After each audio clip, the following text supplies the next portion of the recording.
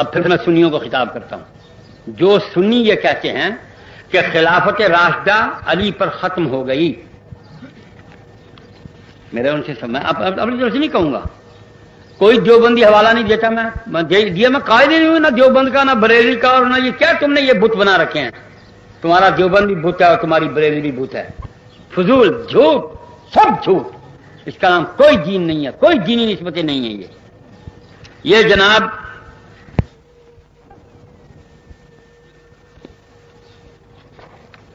ابو عبداللہ محمد بن احمد انصاری قرطبی، یہ ان کی کتاب الجامع لاحکام القرآن، قرآن کی تفسیر، 12ویں جلد ہے، 18ویں پارے کی آیت، جن کو لوگ پڑھتے ہیں بڑے لہک لہک کے، لٹک لٹک کے، مٹک مٹک کے، سر کو جھٹک جھٹک کے. وعد اللہ الذین آمنوا منکم وعملوا الصالحات لیستخلفنہم فی الارض وَلَيُمَكِّنَنَّ لَهُمْ دِينَهُمُ الَّذِي ارْتَضَىٰ لَهُمْ وَلَيُبَدِّلَنَّهُم مِّن بَعْدِ خَوْفِهِمْ أَمْنًا. اور اللہ کہتا ہے کہ میں وعدہ کرتا ہوں کہ میں تمہارے خوف کو امن سے بدل دوں گا.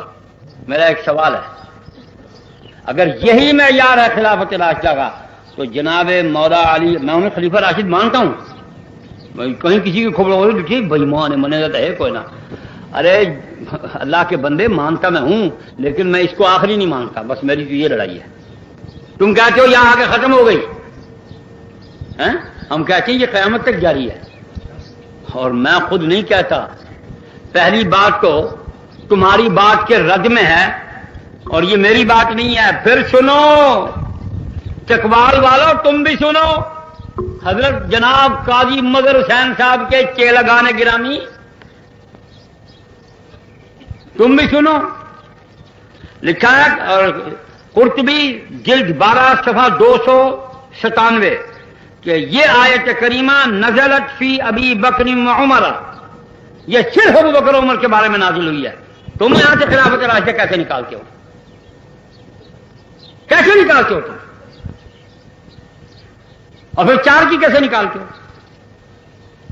قالہ مالک، امام مالک کا قول یہ ہے، ٹھیک ہے، یا مالک ابن انس. وقیل ان سبب هذه الآیت ان بعض اصحاب النبی صلی اللہ علیہ وسلم شکا جہد مکافحۃ العدو.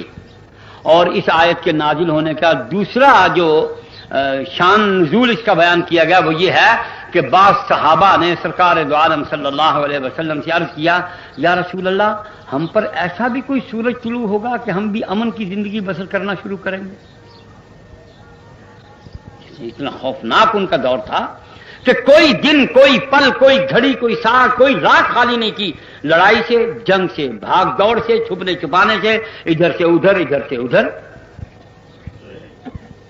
یہ تو اس کے بارے میں نازل ہوئی. اور یہ کون کہتا ہے؟ ابو العالیہ. اور قال النحاس فکان هذه الآیۃ دلالۃ علی نبوۃ رسول اللہ صلی اللہ علیہ وسلم. اور نحاس کہتے ہیں کہ یہ آیت صرف حضور کی اپنی زندگی تک محدود ہے کہ 10 سال حضور مکے میں رہے، کچھ نہیں ملا، مدینہ طیبہ میں آئے، حضور نے لا تلبسون الا یسیرا، ان لوگوں کو جو رات دن لڑ لڑ کے تھک گئے تھے نبی کے ساتھ ساتھی، ان کو حضور نے فرمایا کہ کچھ دن اور ٹھہرو، اللہ تبارک و تعالیٰ تم میں سے ایک آدمی کو ملائے عظیم کا اہل بنا کے اس پر سجا دے گا اور بٹھا دے گا اور جما دے گا. پھر حضور علیہ الصلوۃ والسلام کی مدینہ طیبہ میں حکومت قائم ہوئی، اور پھر فتح مکہ ہوئی، مکہ پر بھی حکومت قائم ہوگی، طائف پر بھی قائم ہو گئی اور نجران پر بھی قائم ہوگی. نزلت فی حیات رسول اللہ صلی اللہ علیہ وسلم، یہ صرف حضور کی حیات طیبہ کے بارے میں نازل ہوئی ہے، پوری زندگی کے نظام کے لیے نازل نہیں ہوئی. 3 روایتیں. اور یہ میں نہیں کہتا، ول سن وہ میرا مولوی بھرا کوئی بیٹھے تھے، تو ہی سن، میں کو آدھے بےمان ہے، سن میں پہ آدھا. اور جناب چوتھا قول ہے ضحاک کا.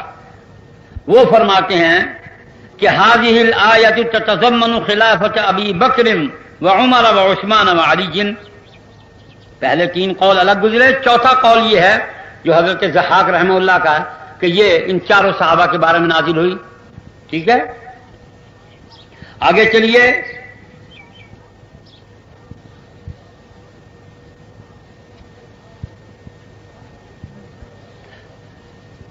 قشاری کا قول یہ ہے، قشاری اور ابن عباس رضی اللہ عنہ یہ بھی انہی 4 کے اس سلسلے میں حامی ہیں. اور وقال قوم، یعنی علماء کی ایک بہت بڑی جماعت ہے جن میں صحابہ و تابعین ہیں، اس لیے قوم کا لفظ استعمال کیا. وقال قوم هذا وعد لجميع الامه في ملك الارض كلها تحت كلمه الاسلام، کہ یہ آیت کریمہ پوری امت کے لیے نازل ہوئی ہے کہ پوری امت جب بھی جس دور میں بھی ایمان اور عمل صالح کی طاقت سے آگے بڑھ کر دینی حکومت قائم کرے گی وہ خلافت راشدہ کہلائے گی. سمجھ میں آ گئی؟ مجھے گالی دینے سے پہلے ای پیو کو بندہ کاٹ بول میرے کو سرائی کی دئیو مولا ہے جن میں تیرا چینا چھڑنے تے چھڑے تھا میں ٹھیک چھڑے دا نہیں مجھے نہیں جینا. ہاں میرے مرن دی دعا کر، روز 2 دفعہ پڑھا کر، گھوٹو پوی یہ مرے پر میں اپنی آئی نال مر لے. اتنا بیٹھا مر ونجا گھر بس کار گڈی ہوائی جہاز ٹردے ٹردے کسی مار ونجا، کہیں طریقے مار ونجا، کاواں دے آ کے ڈاند کلے نہیں موئے. اور جناب اس پر حدیث دی ہے، جو علماء اور جو لوگ جناب سیدنا علی مرتضیٰ تک خلافت کو مانتے ہیں ان کی دلیل سفینہ حضور علیہ الصلوۃ والسلام کے آزاد کردہ غلام کی روایت ہے کہ الخلافت بعدی 30 سنۃ ثم تکون ملکا، کہ میرے بعد خلافت 33 برس تک ہے، نہ 30 برس تک ہے، پھر بادشاہت بن جائے گی. اور جو لوگ کہتے ہیں کہ یہ پوری امت کے لیے یہ اس آیت میں وعدہ خلافت ہے، وہ کہتے ہیں زویت لی الارض فرأیت مشارقها ومغاربها وسیبلغ ملک امتی ما زوی لی منها. اور حضرت ابن عطیہ نے اسی قول کو ترجیح دی ہے، یعنی ابو بکر، عمر، عثمان، علی، ان 4 اکابر صحابہ کی خلافت کا ایک قول ہے، 5 قول اس کے خلاف ہیں، اور جو 5واں قول ہے وہ تو بہت وسیع مفہوم میں ہے. اس میں یہ حضور نے فرمایا کہ ساری زمین میرے لیے سکیڑ کے میرے سامنے کر دی گئی اور میں نے اس کا مشرق و مغرب دیکھا. فرمایا جہاں تک میں نے زمین سمتی ہوئی دیکھی ہے وہاں تک میری امت کے لوگ خلافت قائم کریں گے.